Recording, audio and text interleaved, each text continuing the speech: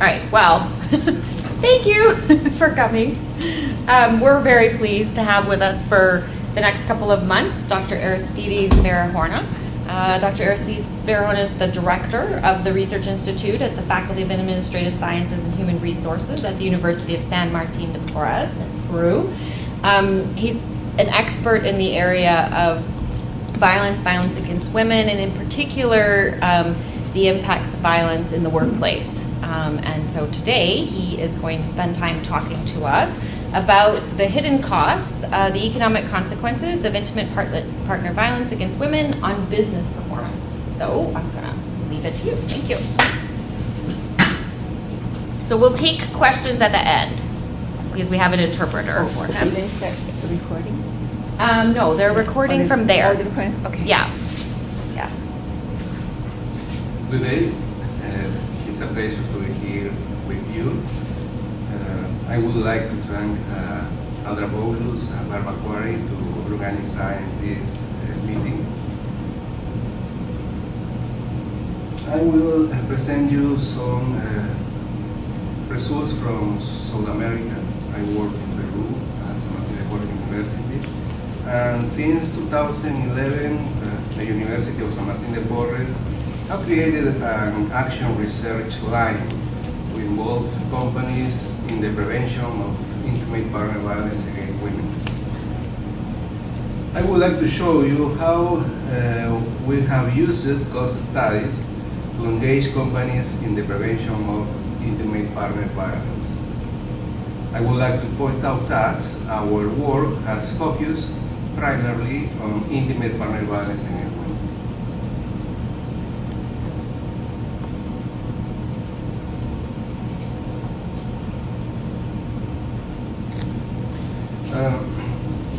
Violence has always been a problem for companies.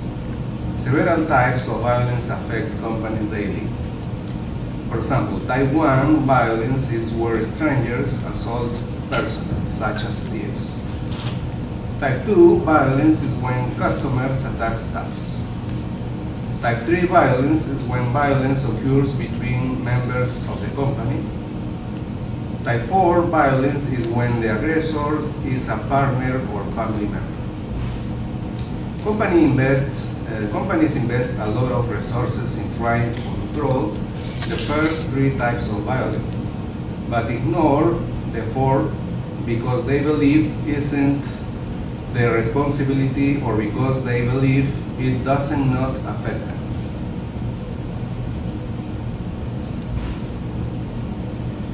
But it is impossible that violence against women not affect companies, because violence against women is a severe problem worldwide.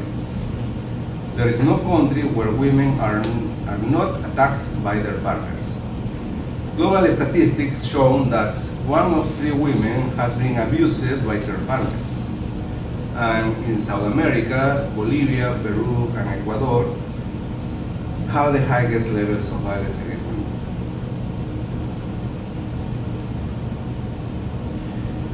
Showing that workers are assaulted is not enough for the companies. To involve companies, additional arguments are needed.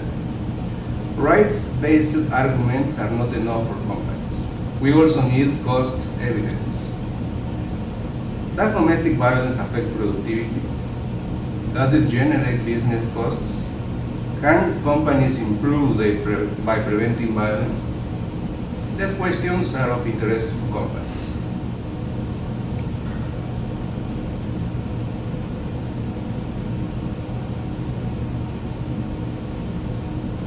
Okay. Since 2011, we have carried out more than 30 studies in 4 South American countries. We built a parsimony theoretical model, very simple but effective to understand how violence impacts business.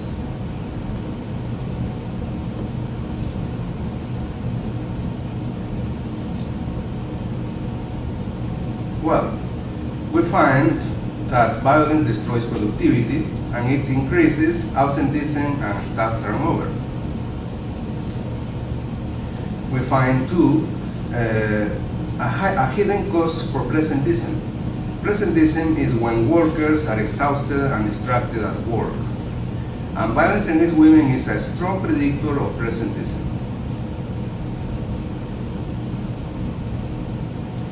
We find the two a negative impact of the institutional climate. Violence against women destroys the climate, security, and organizational reputation. Colleagues are also affected by violence against women, causing indirect productivity costs for them.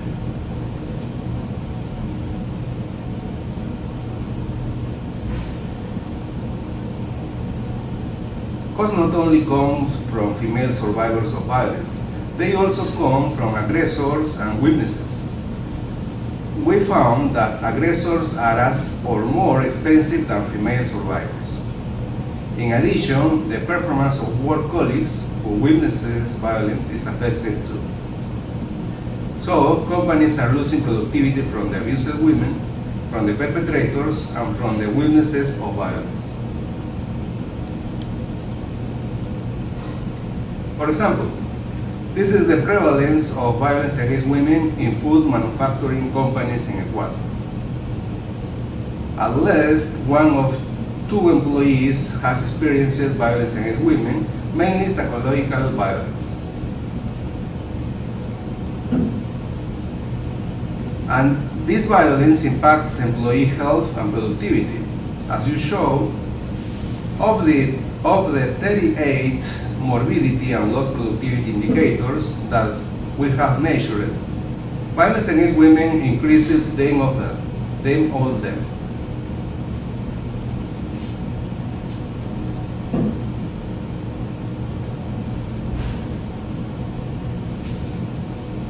The next question is, does it generate business costs?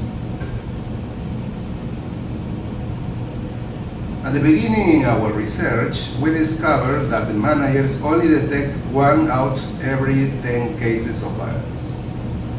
This is a problem because companies only hear about severe cases. And because there are few severe cases, they believe that violence is not a big issue for the company. And this is a big mistake. In 2013, we found in 211 Peruvian companies the first evidence of domestic violence business costs. We replicate our studies in Bolivia, Ecuador, and Paraguay in different years and settings, and we found the same conclusions. As you see, the companies have a real problem with domestic violence.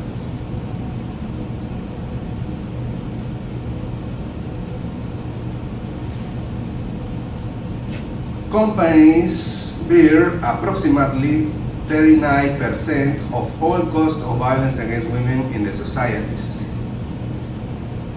And the companies don't know it.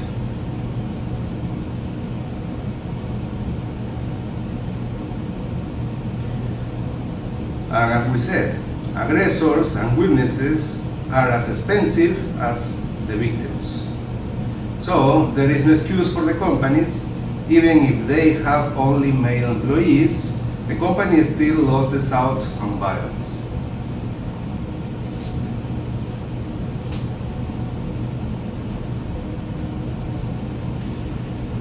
Now we know that focusing only on severe cases is a mistake. Although these severe cases have many individual costs, they don't mean large losses for companies. We have found that the biggest costs come from the normalized violence. That is, violence that is tolerated and seen as minor incidents. Even witnesses represent a large cost for companies, even though they don't suffer violence.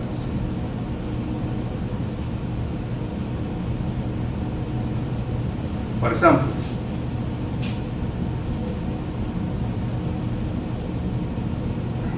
example, in Ecuador, normalized violence and witnesses of violence account for 81% of all the costs. Severe cases don't even reach 8% of the costs. The message is clear. Costs will be further reduced if there is a cultural change for the entire company, instead of just focusing on the most severe cases.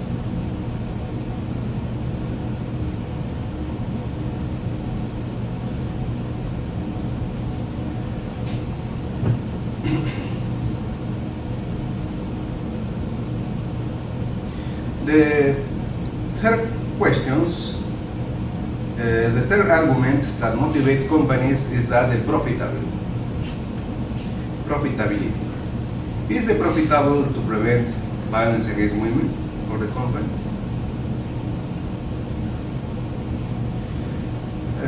Cost studies not only identify problems, they also serve to support solutions. The problem is the most of the preventive activities haven't seen costs. So many of them are forgotten because there is no way to sustain them over time.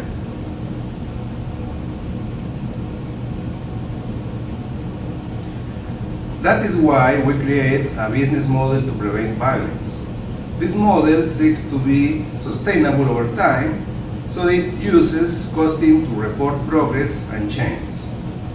In addition, unlike other proposals, our business model works closely with managers.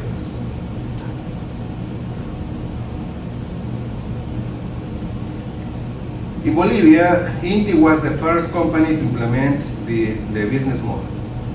Bolivia is a pharmaceutical company, big company in Bolivia. This is the first experimental evidence in the world that showed that preventing violence against women is socially and economically profitable for companies.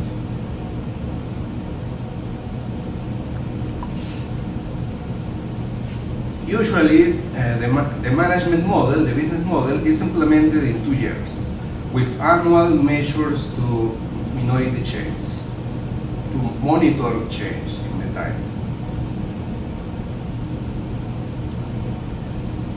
This business model is systemic.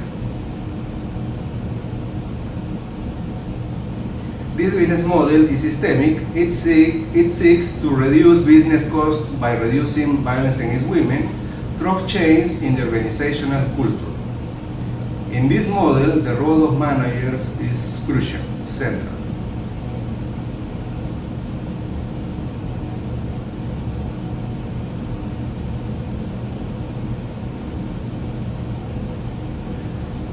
The business model first works closely with the managers. The next steps are planned with them.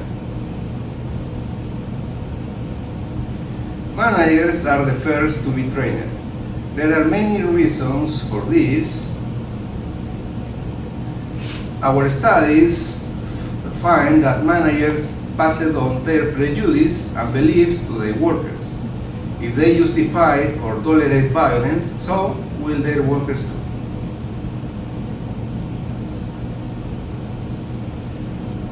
Our studies also show that abusive and unfair managers create conditions for gender-based violence to increase.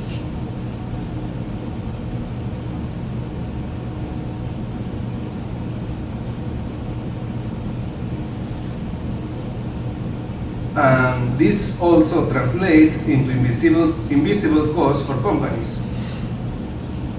Thus, trained managers not only help reduce violence, but also increase productivity. This argument is powerful for companies. Thus, prevention becomes a means to reduce violence, but also to improve productivity through managers.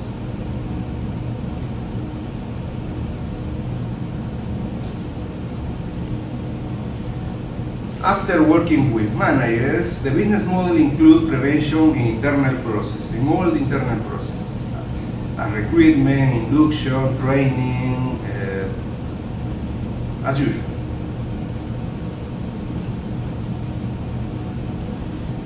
Well, now the change. In INTI, the prevalence of domestic violence has been decreased 34% in 2 years.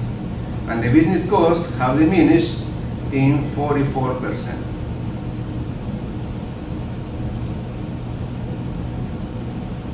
I found too that the business model has survived the COVID-19 pandemic.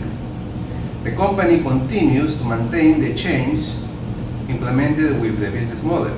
As a result, the benefits continue to improve year after year.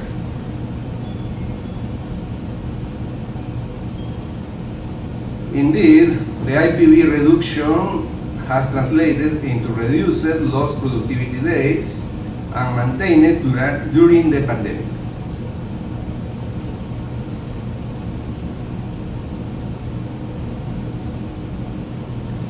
Not only the costs decrease, other variables also improve. As predicted, work engagement and personal empowerment increase with the business model.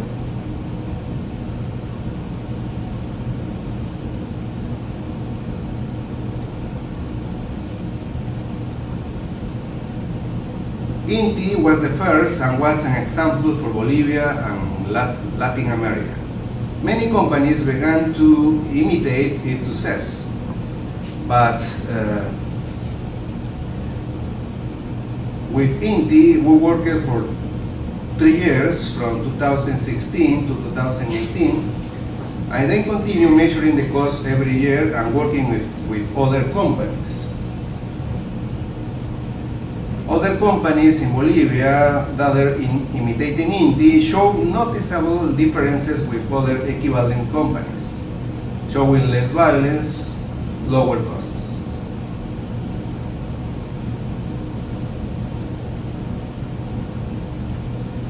Now we continue experimenting and improving the business model and also improving the costing methodology too. 3 companies in Ecuador, banking, agriculture, and food, different realities to test the business model.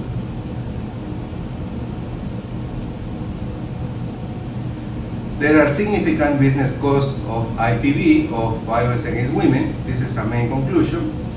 The cost studies are an important tool for engaging companies in violence prevention, and not only to identify the problem. The methodology also serves to accompany the solution.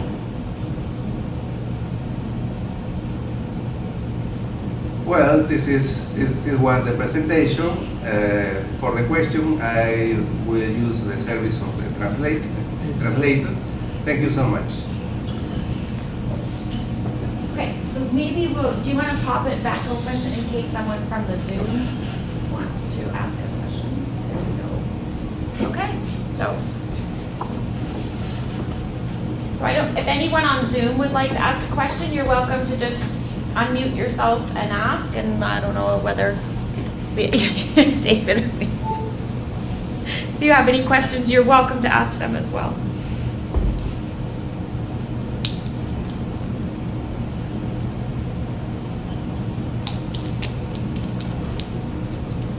Christine?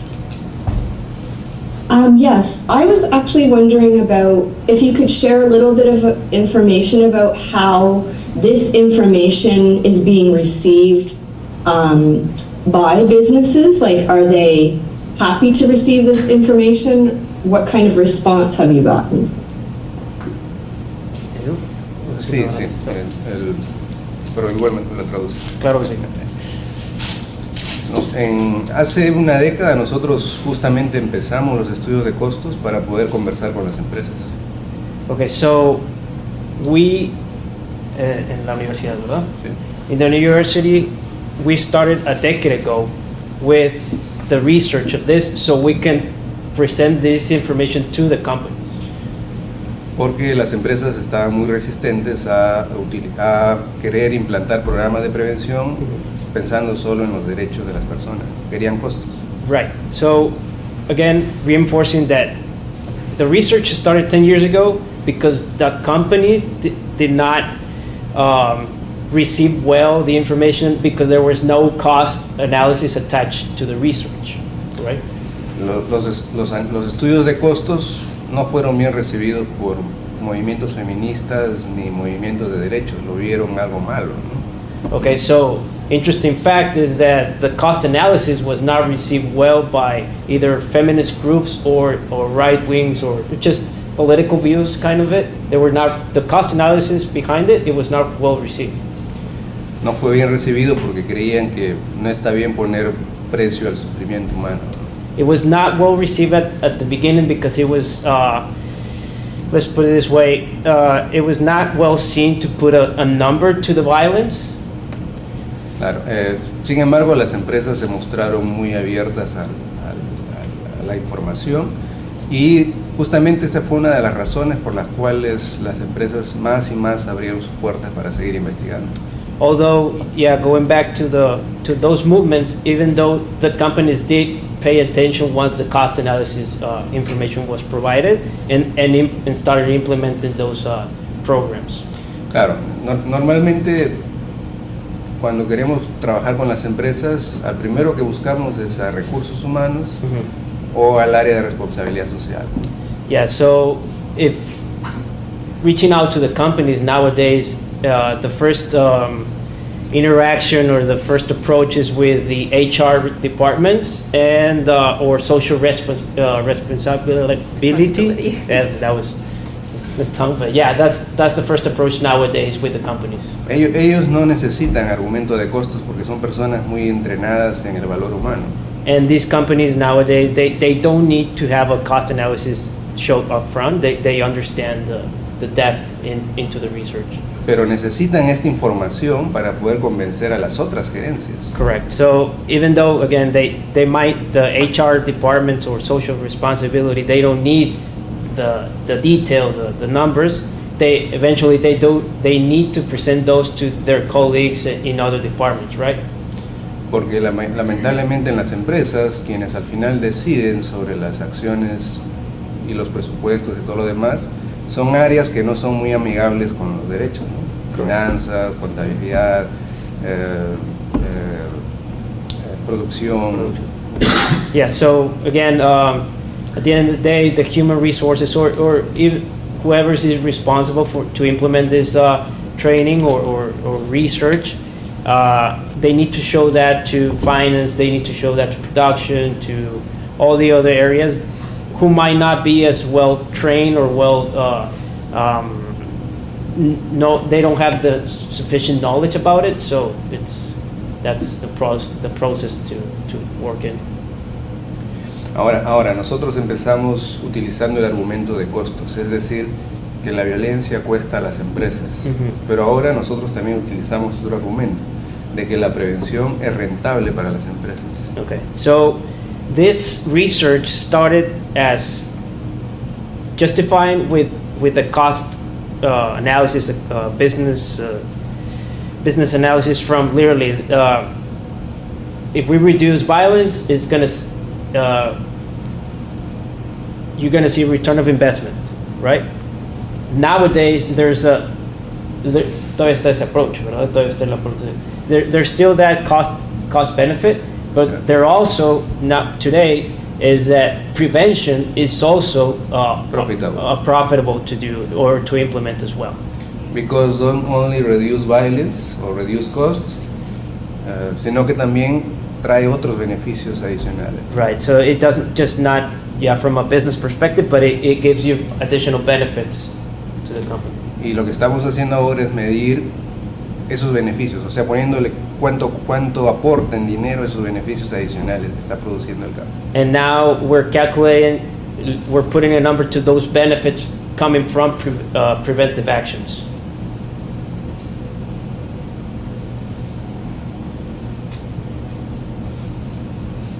Yep. Yeah, go ahead. Muchas gracias. Lo siento, no hablo poco. Really important talk. Very interesting.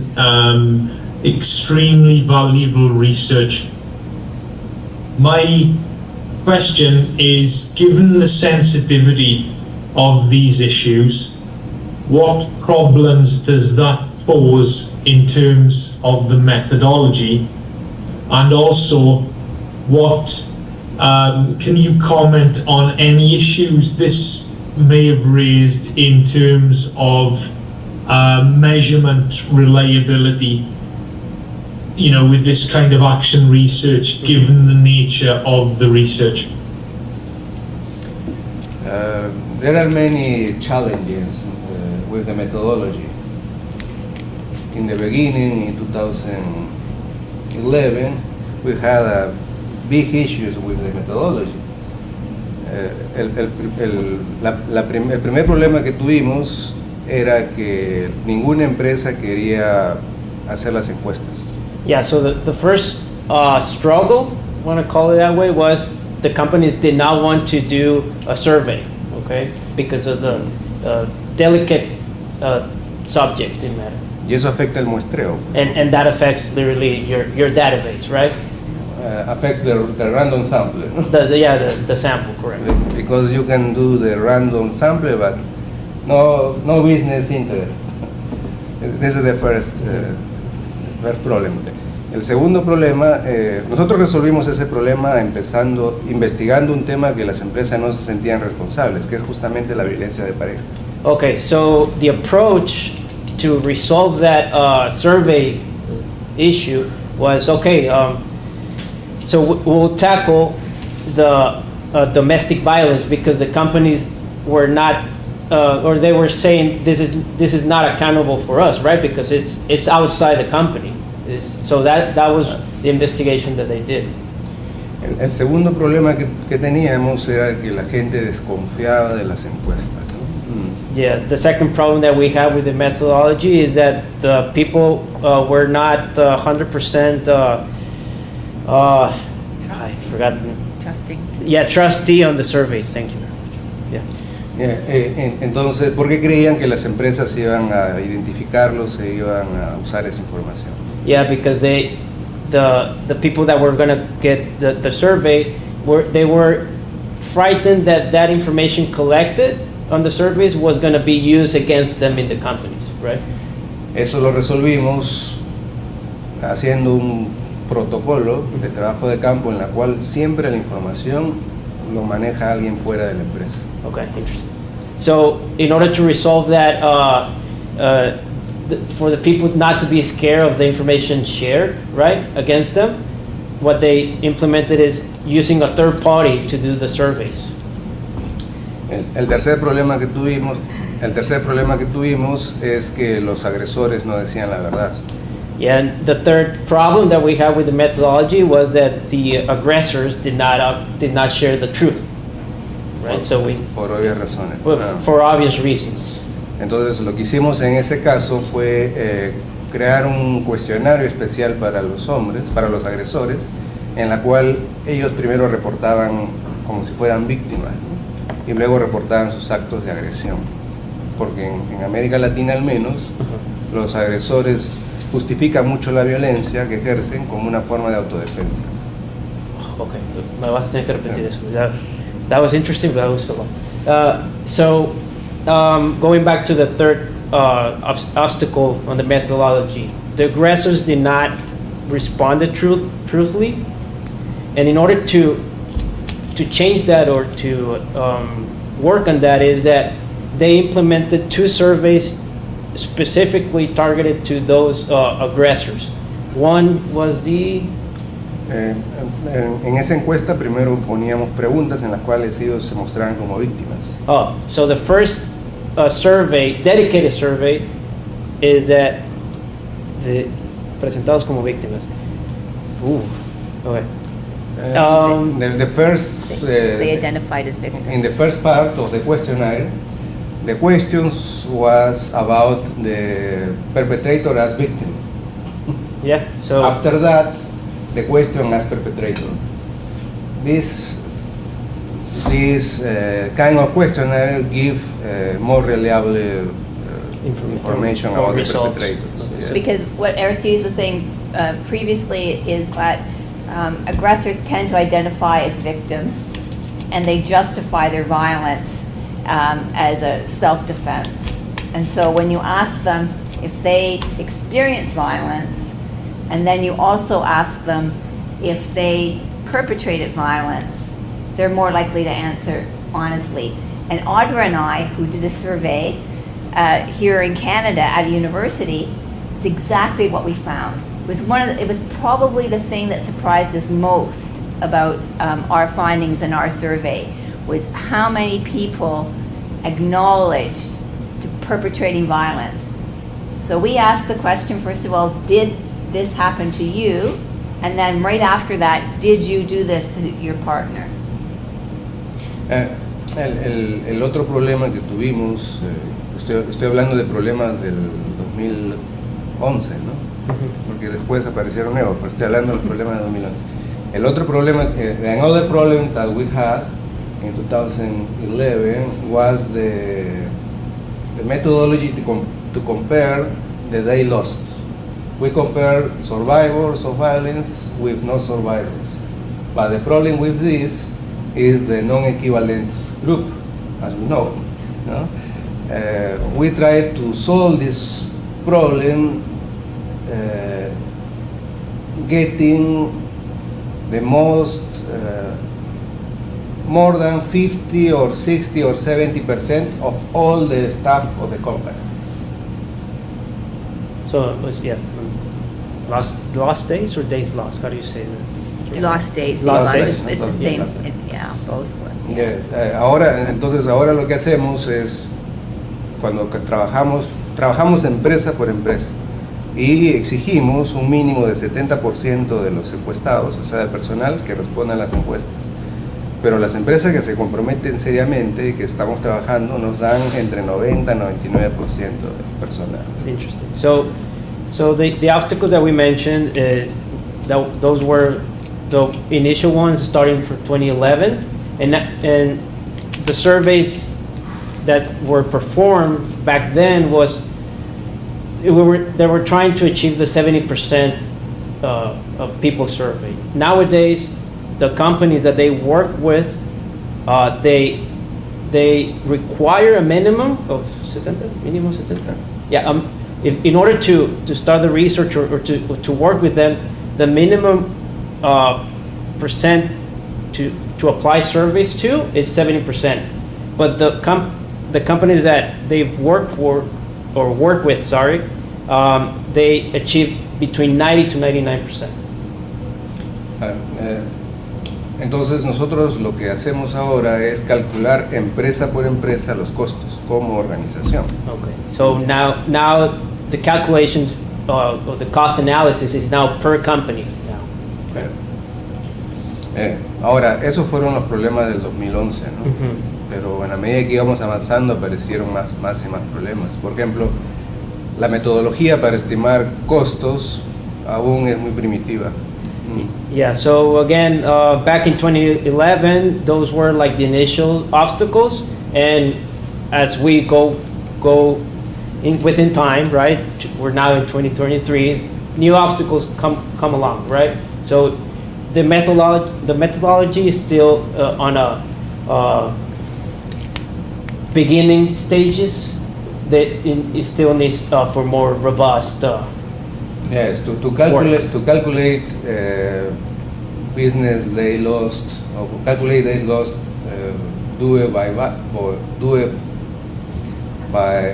domestic violence. We use methodology, non-robust methodology. We published this methodology with Nata Duburi in 2000, last year. But this methodology has many weaknesses because it's an initial methodology to estimate business cost. We know this weakness, but our data is so strong because it's data from the company, all the company, it's data from more than 400 companies in different countries.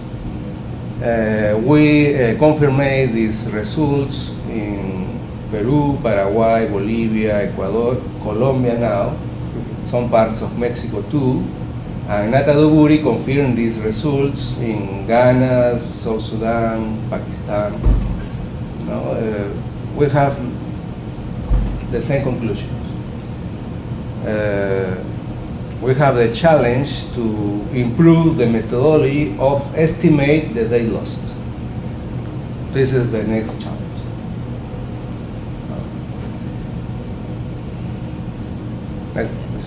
Okay, that's interesting. That's interesting to us. Your challenge. Because we want to do some of these surveys in Canada.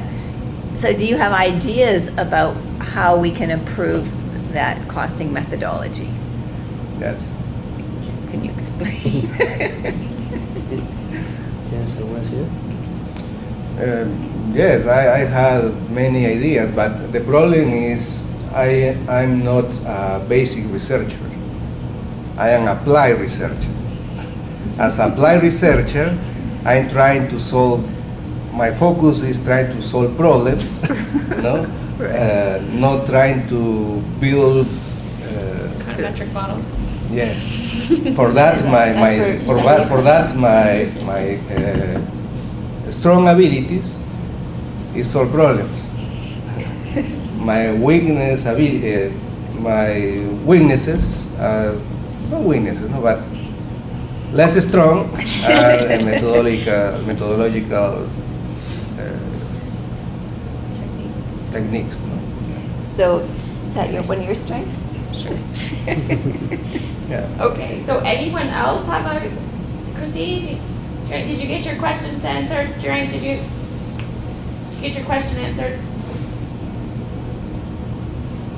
Everybody on Zoom, okay? Awesome. All right, thank you for coming. And thanks, David. So I have a Yeah, go ahead, question. sure. So the policy had a number of different dimensions to it in terms of the different interventions that were happening. Do you have a sense of which seem to be some of the most important in terms of reducing some of these costs and or reducing the violence itself? Puedes traducir eso. Sí. Okay, you So repeat. which policies, which So there- interventions are you know, most so effective? which Different intervention? aspects of the intervention do you think Yeah. were most important? Hay una serie de tipo de agresión, ¿no? O sea, entonces la pregunta es, ¿hay algunas más importantes, más recurrentes y qué se hacía para prevenirlas o para corregirlas? Normalmente las empresas solo ven las agresiones más severas. Normally the companies only see the more severe violence. Eso es un error. This is a mistake. This is a mistake because uno, las empresas no saben cómo manejar esos casos. The companies, they do focus on the severe happenings, but they don't even know how to correct them, not correct them, but how to proceed with them. Entonces, lo que he observado siempre es que tienen buena voluntad por querer hacer cosas, pero es demasiado tiempo para lograr un cambio y muchas veces las mujeres agredidas ya no denuncian o no siguen el caso So- y las empresas se quedan en el aire, ¿no? So what the findings is, first, the companies, they do pay more attention to the severe cases, although they don't know how to react to them or how to process them. And they do have they're willing to work towards the severe cases, but by the time they implement changes, it's too late already. And the in this case of women that suffer aggression, they might not even share more information towards it. So there's still a gap, right? In order how to Lo que nosotros hemos encontrado work with it. lo que nosotros hemos encontrado es que las empresas son más exitosas produciendo cambios culturales que atendiendo estos casos graves. So in our findings is that we find better results by changing the organization culture rather than focusing on the severe cases. Y justamente nuestros estudios de costos demuestran que los costos más grandes para las empresas están en el grupo de trabajadores, que son la mayoría, que subestiman la violencia porque sufren violencia menor, ¿no? O sea, violencia no grave, entre comillas. So the intention here is to shift away from the severe cases, not to make them less, but the most return of investment, I want to call it that way, or where the cost benefit is shown in the companies is attending or working on the organization culture, but also on the minor violences, that the ones that people think is not a violence per se, though if you work on that, you see a more cost benefit on the organization. Porque justamente las empresas tienen cientos de años creando mecanismos para controlar conductas. Because the organizations, again, it goes back to your organizational culture, is the organization has hundreds of years implementing a culture, right? A way to work, a way to work or process your emotions, kind of. I want to put it out. And if you work on that, like shifting towards understanding the violence or preventing violence, changes the culture, that's where you But see it. Aristides, is it, sorry, but you have training for managers, training for lower level employees, education programs. If you were to put one thing in each company, what would be the one thing you would pick out of the suite of interventions? Before the business model that we created, we did the usual. Trained personnel. Just training. Recognize violence, how to Disclose, respond to disclose, how to disclosure, respond, yeah. the basic. Yeah, But it it didn't work. doesn't work. After that, we create a business model, and we first in the company work with the managers, because if you say no, violence is bad, violence is not good, okay, but after they, the manager, after they, the manager is not consistent with this message. For that, we need to involve managers first to understand that prevent violence is change the way that they manage every day, because they use microaggression, microviolence with the personal, and these microaggressions, microviolence, is contradiction with the prevention violence. We train the managers with a new competency, business competency, the equitable management. Equitable. Equitable management. We develop many indicators of this equitable management, and we insert this new competency in the 30-60 degree evaluation for these managers. This is very good, because this produces a real change in the company. It works in Indy, and it's working now in the other companies when I was implementing the business model. This is a real change, because the managers have the power. The managers have the power to control, have the power to change behaviors of their employees. This is a big discovery for us, and we are measuring this now.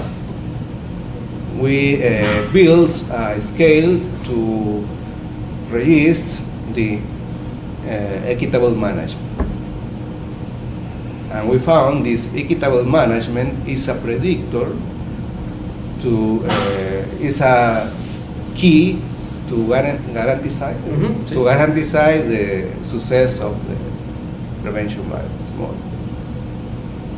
Yeah. It's really interesting, because that suggests that this type of intervention could have effects on businesses beyond just the effects it has through the reducing violence. So the benefits are kind of, you could, in a sense, that's magnified in that way, providing extra incentives for firms to want to do this beyond just what they get from the reduction of violence. Right. This discovery was because the managers feel that the usual activities for prevention is a cancer. Is it what? Cancer. Cancer? Oh. Because it's not of the business. It's a different activities, contradict with ordinary. Like taking away from? Yes, it's a problem.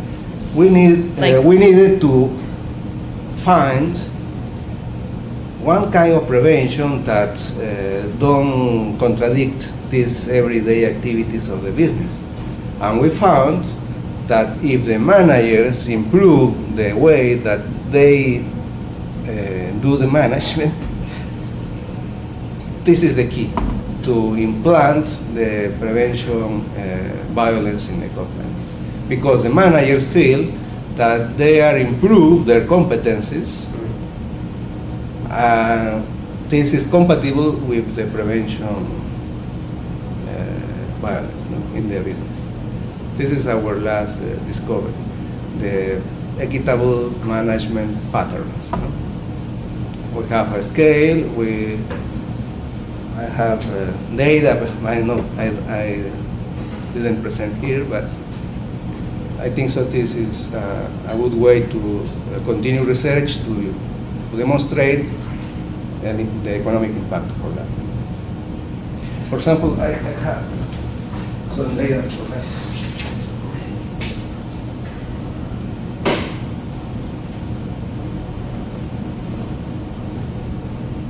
You guys see. As you can see, this is many companies. This is the size, only women's in the companies, employees women's, different size. And this is workplace sexual harassment, coercive workplace sexual harassment, the worst sexual harassment, coercive.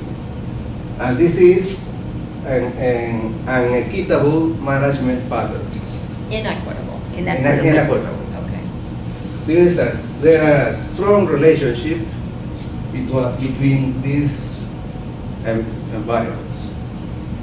And you can see more detailed here. There are business with an unequal management patterns, and business with equitable management. You can compare incident of intimate partner violence, workplace sexual harassment. You can see the difference is so big, the difference. And you can see 2 days lost productivity.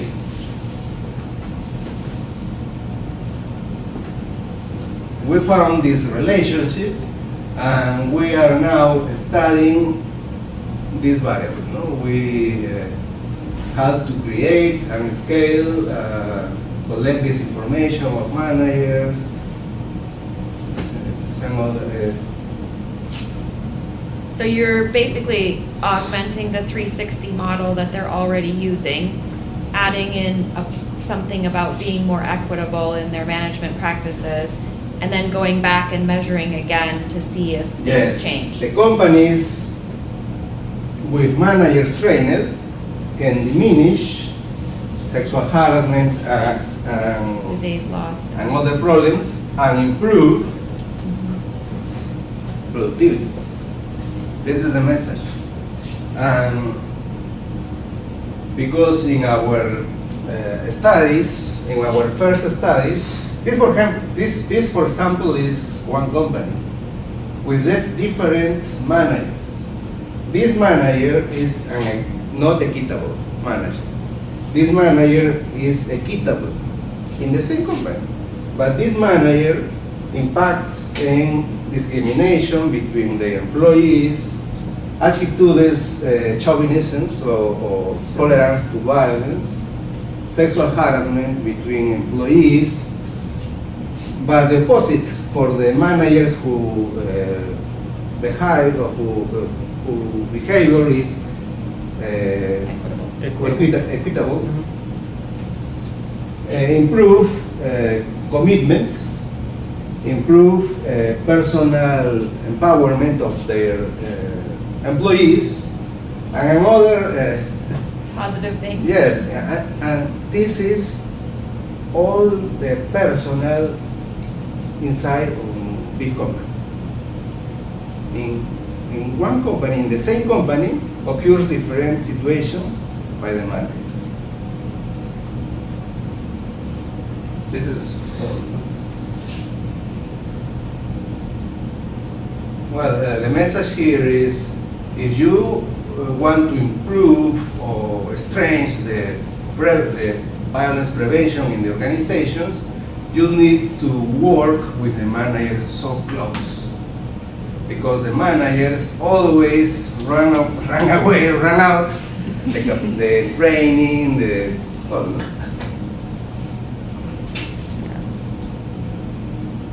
But it sounds like the key is to get them to buy in, right? So as David was saying, like get them, if you can get them to understand that by doing 360 training and being more equitable, then they will do better in their job, and then the firm will do better, and there'll be a return to them, right? Not necessarily like you just want to help people, no. right? You need No, the evaluation is the key to motivate the change in the managers. Right. Yes, yes.